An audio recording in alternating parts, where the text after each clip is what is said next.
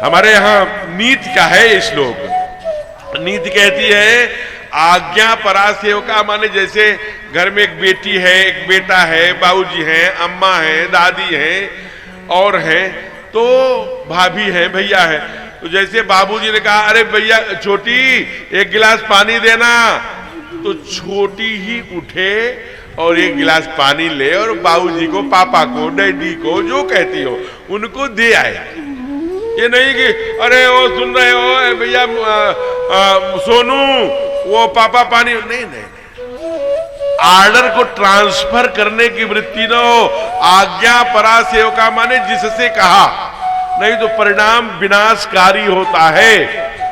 कैसे होता है कि जैसे एक सेठ जी थे, उनको निमंत्रण में जाना था, तो सेठ जी को जाना था एक निमंत्रण में, उन्होंने कहा है सुन रही हो सोनी की मम्मी, वो मेरा उनका पैंट जो था फुल पैंट वो 4 अंगुल बड़ा हो गया था।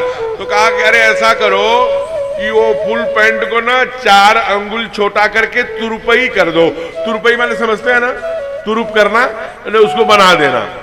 तो उनकी माँ ओहो ये दिन भर काम बताते रहते हैं, ए सुन रही हो बहू को, बहू हाँ माँ, अरे पापा जी की ना वो फुल पैंट 4 अंगुल बड़ी हो गई है, काट के जरा उसको तुरुप कर दे, ठीक कर ले। कहा अच्छा अम्मा। अब उनको लगा कि बच्चे को जरा सेवा कर रही थी, तो ननद से बोला ए सुन रही सोनी, हाँ भाभी, अरे वो जो वो 4 अंगुल काट करके ना पापा का वो कर दो, ठीक कर दो। अब सोनी भी कहीं पढ़ाई लिखाई में व्यस्त थी। अरे जो बर्तन मांजने वाली आई थी, अरे सुन रही हो काम वाली को अपना निशा, हाँ अरे 4 अंगुल काट करके उसे छोटा कर दो। तो जो ही कहा 4 अंगुल काट के छोटा कर दो, फिर वैसे ही क्रमवार नंबर आने लगा।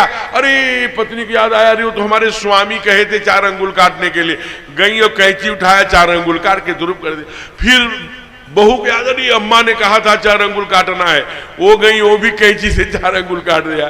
फिर बेटी को भी याद आ गया, अरे मम्मी ने कहा था, उन्होंने भी 4 अंगुल काट दिया।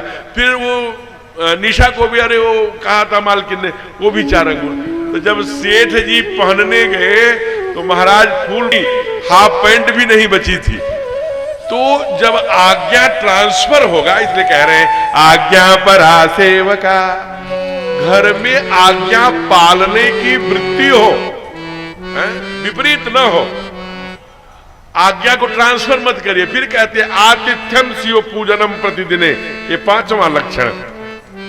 घर में प्रत्येक दिन किसी न किसी दूसरे व्यक्ति का जूठन गिरना चाहिए। एक व्यक्ति का नहीं है तो हमारे घर से गाय के लिए ही 1 रोटी जाएगी, लेकिन तेन न भुंजी था, केवल अपने कमाना अपने खाना ये पशु का काम है।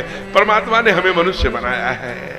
फिर अगला क्या कहते हैं कि साधो संगम उपासते अनुदिने, कभी कभी कथाओं में सत्संग में भी जाने का अवसर मिलता हो, जाने को मिले, कथाओं को सुनने का, सत्संग में जाने का। शिव पूजनम प्रतिदिने, घर में भगवान शिव की पूजा भोग रोज होता हो तो धन्यो गृहस्थाश्रमी, वह गृहस्थाश्रम धन्य है।